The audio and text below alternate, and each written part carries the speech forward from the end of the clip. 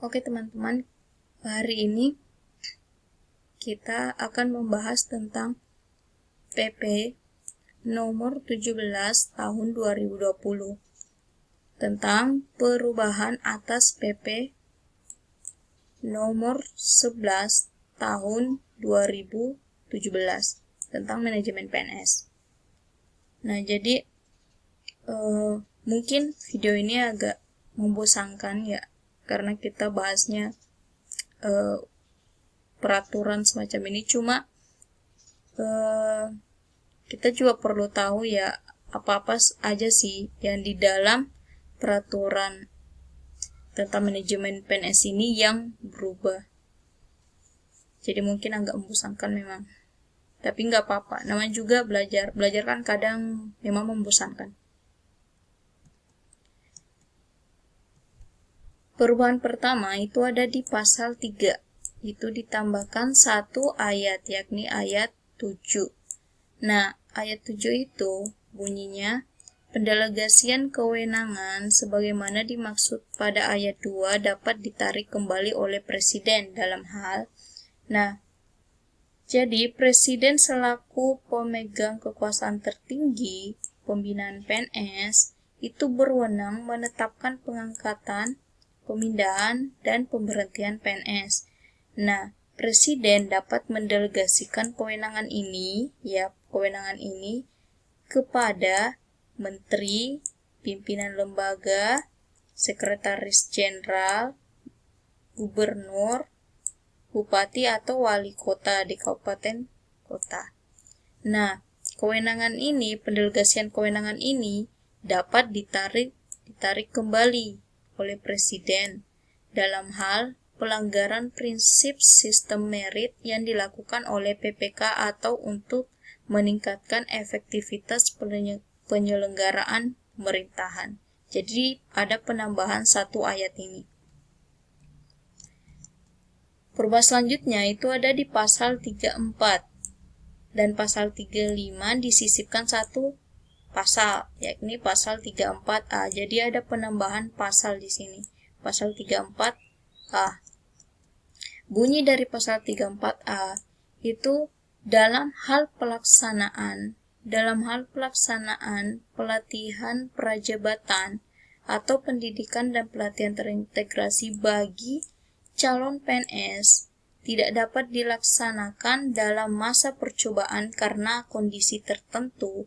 Mungkin kayak seperti ini ya, ada pandemi gitu ya. Dalam masa percobaan karena kondisi tertentu, pengangkatan calon PNS menjadi PNS dapat dilakukan setelah calon PNS mengikuti dan lulus pelatihan prajabatan. Kondisi tertentu sebagaimana dimaksud pada ayat 1 ditetapkan oleh Menteri berdasarkan pertimbangan ketersediaan anggaran, sarana dan prasarana pelatihan, sumber daya manusia pelatihan, dan atau kebijakan strategis nasional.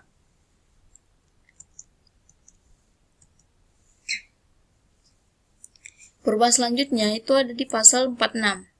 46 di ayat 1 dan ayat 2 itu diubah. Dulu ya di pasal sebelumnya, pasal 46 itu bunyinya seperti ini ya. Panjang banget. Jadi pangkat merupakan kedudukan yang menunjukkan tingkat jabatan dan seterusnya, panjang banget. Kemudian diubah jadi pendek seperti ini. Ini diubah jadi pangkat merupakan kedudukan yang menunjukkan tingkatan jabatan. Nah, kemudian ayat 2-nya, pangkat sebagaimana dimaksud pada ayat 1 diatur dalam peraturan pemerintah. Dan itu nggak berlaku. Kemudian perubahan selanjutnya ada di pasal 67. Nah, di pasal sebelumnya ya, pasal sebelumnya itu pasal 67 itu bunyinya seperti ini. Pejabat fungsional berkedudukan di bawah dan bertanggung jawab secara langsung kepada pejabat pimpinan tinggi pratama pejabat administrator atau pejabat pengawas yang memiliki keterkaitan dengan pelaksanaan tugas jabatan fungsional. Kemudian diubah sehingga berbunyi sebagai berikut. Pasal 67, pejabat fungsional berkedudukan di bawah dan bertanggung jawab secara langsung kepada pejabat pimpinan tinggi media. Tadi kan tidak ada pejabat pimpinan tinggi media kan? Nah, kemudian pejabat pimpinan tinggi pratama, pejabat administrator atau pejabat pengawas yang memiliki keterkaitan dengan pelaksanaan tugas jabatan fungsional. Penentuan berkedudukan dan bertanggung jawab secara langsung sebagaimana dimaksud pada ayat 1 disesuaikan dengan struktur organisasi masing-masing instansi pemerintah. Kemudian perubahan selanjutnya itu ada di pasal 74, ditambahkan satu huruf, yakni huruf D. Di undang-undang sebelumnya, di peraturan sebelumnya, pasal 74 itu cuma sampai huruf C. Nah, di PP yang sekarang, ya yang berlaku sekarang itu ditambahkan huruf D, yaitu promosi. Pengangkatan PNS ke dalam jabatan fungsional keahlian ya, dan keterampilan, JF keterampilan itu dilakukan melalui pengangkatan pertama, perpindahan dari jabatan lain, penyesuaian, atau promosi. Jadi penambahan huruf saja. Kemudian perubahan selanjutnya ya di pasal 75 ayat 1, huruf E dihapus. Jadi bunyi huruf E di PP sebelumnya itu mengikuti dan lulus uji kompetensi teknis, kompetensi manajerial, dan kompetensi sosial kultural sesuai standar kompetensi yang telah disusun oleh instansi pembina. Nah, ini dihapus. Jadi huruf E yang ini tuh dihapus, gitu ya. Jadi udah nggak ada.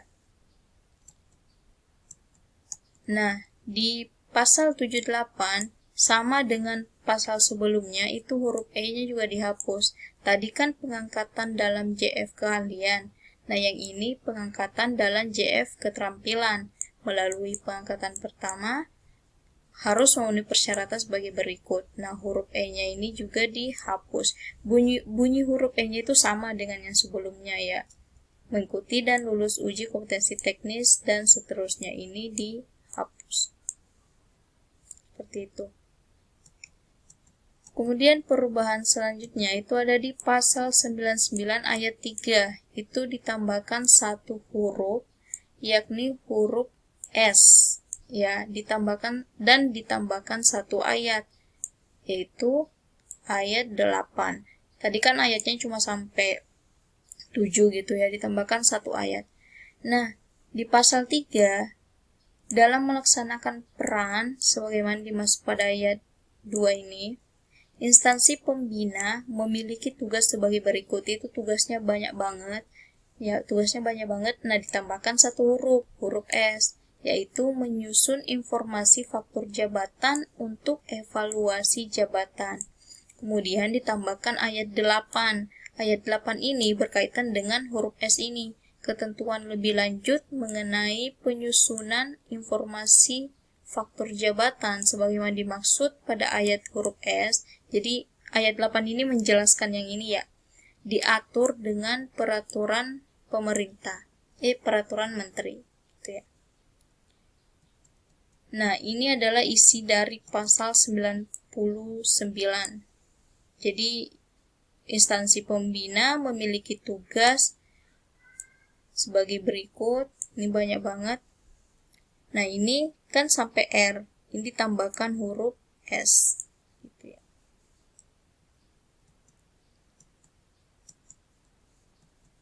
Nah, kemudian itu yang berubah ada di pasal 106. 106.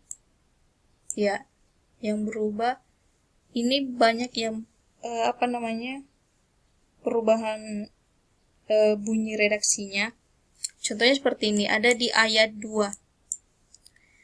Sebelumnya, di PP sebelumnya, bunyi ayat 2 itu seperti ini. JPT utama dan JPT madya tertentu sebagaimana dimaksud pada ayat 1 itu dikecualikan untuk JPT utama, JPT Madya di bidang rahasia negara, pertahanan, keamanan, pengelolaan aparatur negara, kesekretariatan negara, pengelolaan sumber daya alam, dan bidang lain yang ditetapkan oleh Presiden.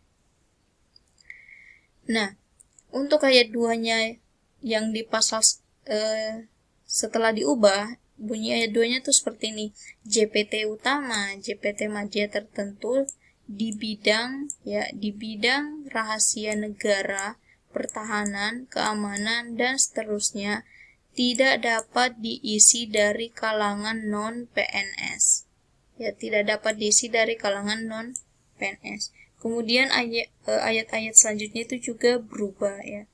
Terus seperti ini. Ketentuan lebih lanjut mengenai JPT utama, JPT Madya tertentu sebagaimana dimaksud pada ayat 2 diatur dengan peraturan Presiden. Sedangkan bunyi ayat 3 di sini setelah diubah itu ketentuan sebagaimana pada ayat 2 dikecualikan sepanjang mendapat persetujuan dari Presiden setelah.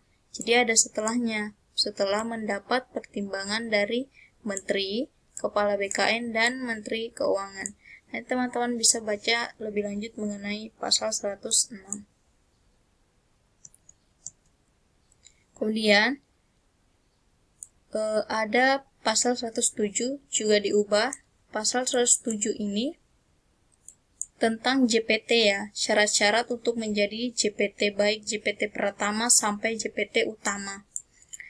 Nah, persyaratan untuk dapat diangkat dalam JPT dari kalangan PNS itu dijelaskan syarat-syaratnya itu banyak, ada beberapa yang berubah. Nanti teman-teman bisa baca sendiri karena ini panjang banget syarat-syaratnya untuk menjadi seorang JPT. Jadi isi dari pasal 107 ini tentang syarat-syarat menjadi seorang JPT, baik dari JPT pertama sampai JPT utama. Seperti itu.